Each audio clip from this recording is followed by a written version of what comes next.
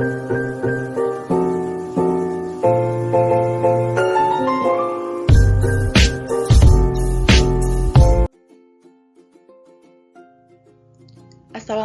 warahmatullahi wabarakatuh. Perkenalkan, saya Nurul Hanifah, mahasiswa Prodi Psikologi Islam kelas A angkatan 2021. Pada presentasi kali ini, kita akan membahas topik tentang emosi. Emosi merupakan keadaan yang ditimbulkan oleh situasi tertentu, dan emosi cenderung terjadi dalam kaitannya dengan perilaku yang mengarah atau menyingkiri terhadap sesuatu. Dan perilaku tersebut pada umumnya disertai adanya ekspresi kejasmanian, sehingga orang lain dapat mengetahui bahwa seseorang sedang mengalami emosi. Emosi memiliki ragam yang banyak, seperti emosi jijik, kasih sayang, marah, dan cemas. Pada kesempatan kali ini, kita akan membahas tentang emosi cemas. Pengertian kecemasan.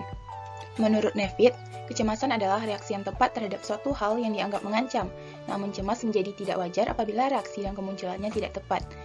Kemudian, menurut Kaplan, kecemasan merupakan reaksi pada keadaan tertentu yang dirasa menjadi ancaman dan merupakan sesuatu yang lumrah terjadi menyertai perkembangan, perubahan, peristiwa baru maupun yang belum pernah dilakukan. Kecemasan menurut Sarwono adalah kecemasan saat individu mengalami cemas yang objeknya tidak bisa dipastikan dan alasannya pun tidak begitu jelas. Kecemasan menurut Islam adalah adanya rasa takut, emosi takut yang terjadi dalam diri manusia. Lanjut, aspek-aspek kecemasan ada 4. Yang pertama, aspek afektif, kedua aspek fisiologis, ketiga aspek kognitif, dan keempat aspek perilaku. Aspek afektif yaitu perasaan individu yang sedang merasakan kecemasan. Aspek fisiologis merupakan ciri fisik yang muncul ketika individu sedang mengalami kecemasan. Aspek kognitif dengan ciri aspek kognitif yaitu rasa takut dan tidak dapat menyelesaikan masalah. Aspek perilaku, respon yang biasanya muncul adalah menghindari situasi yang mengancam. Lanjut pada ciri-ciri kecemasan. Ciri-ciri fisik kecemasan seperti kegelisahan, kegugupan, tangan atau anggota tubuh bergetar, banyak berkeringat, telapak tangan berkeringat, pening, mulut atau kerongkongan terasa kering, sulit berbicara, dan lain-lain. Kemudian, ciri-ciri perilaku kecemasan, perilaku menghindar, perilaku melekat dan dependen, dan perilaku terguncang. Kemudian, ciri-ciri kognitif dari kecemasan. A. Khawatir tentang sesuatu. B. Perasaan terganggu akan ketakutan atau aprehensi terhadap sesuatu yang terjadi di masa depan. C. Keyakinan bahwa sesuatu yang buruk atau mengerikan akan segera terjadi tanpa ada penjelasan yang jelas. D. Terpaku pada sensasi tubuh. E. Sangat sensitif terhadap sensasi tubuh. F. Merasa terancam oleh orang atau peristiwa.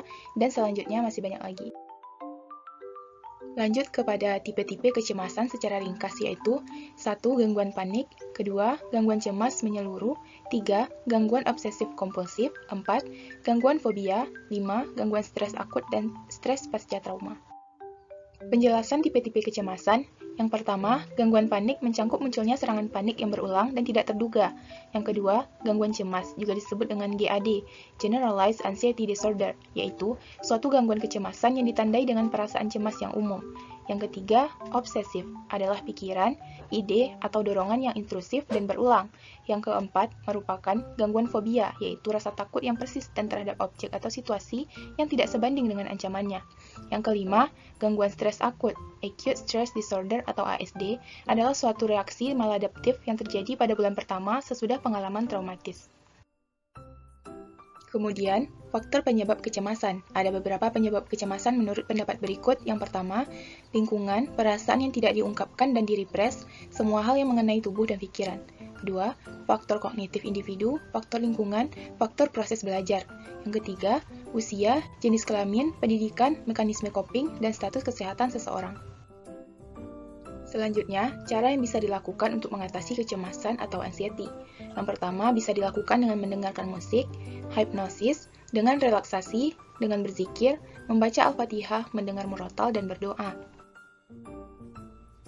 Mungkin sekian presentasi yang dapat saya sampaikan pada kesempatan kali ini. Jika banyak kesalahan, saya mohon maaf. Saya sudahi dengan Assalamualaikum warahmatullahi wabarakatuh.